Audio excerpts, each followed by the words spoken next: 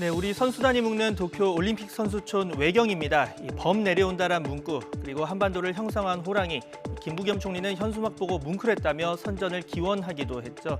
그런데 며칠 전까지는 풍경이 조금 달랐습니다. 이 신에게는 아직 5천만 국민들의 응원과 지지가 남아 있사옵니다. 많이 본 문구죠. 어떤 내용이었는지 이순신 장군이 나온 영화 명량 속 음성으로 한번 들어보시죠. 아직 신에게는 12척의 배가 남아 있사옵니다. 네, 이 현수막을 내리게 된 이유, 일본 정부가 반일 메시지라 주장했고 IOC가 개입했기 때문인데요. 이 정치적, 종교적, 인종적 선동을 올림픽 경기장과 시설 등에서는 절대 허용하지 않는다는 IOC의 헌장에 비춰봤을 때 이 정치적 선언이라 문제가 있다는 겁니다.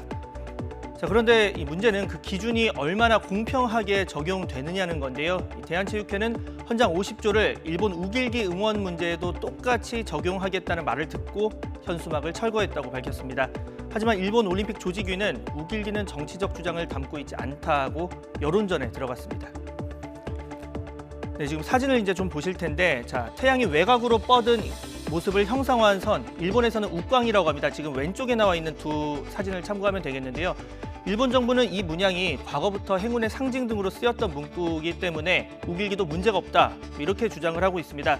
하지만 이 오른쪽 두 개의 사진을 보면 또 다른 모습을 볼 수가 있는데, 지금의 이 규격화된 우길기, 과거 일본 제국의 침략 전쟁 선봉했었습니다. 이 uk광과 우길기 결코 같을 수 없는 이유기도 합니다. 여기에 최근 소마 주한 일본공사의 막말 문제까지 불거졌습니다. 이 한 언론사 기자와 만난 자리에서 문 대통령의 한일 관계 개선 노력이 독선적이라는 의미를 담기 위해서 성적인 표현까지 써가며 깎아내린 사실이 알려졌기 때문인데요. 일본 대사과 직후 사과문을 냈지만 대통령에 대한 발언이 아니었고 바로 발언 내용을 철회한 거로 안다면서 오히려 진화에 주력하는 모습이었습니다. 대사 차원에서 엄중 주의를 줬다지만 정부는 더 납득할 만한 조치가 있어야 한다는 입장인데요. 네, 여야 정치권에서도 비판의 목소리가 나왔습니다. 이재명, 이낙연 두 여당 대권 주자는 일본 정부의 공식적인 사과와 재발 방지책을 요구했습니다. 유승민 국민의힘 전 의원은 단호한 일본 측의 조치와 함께 우리 정부 역시 주권과 존엄을 지키는 데 걸맞은 조치를 취할 것을 촉구했습니다.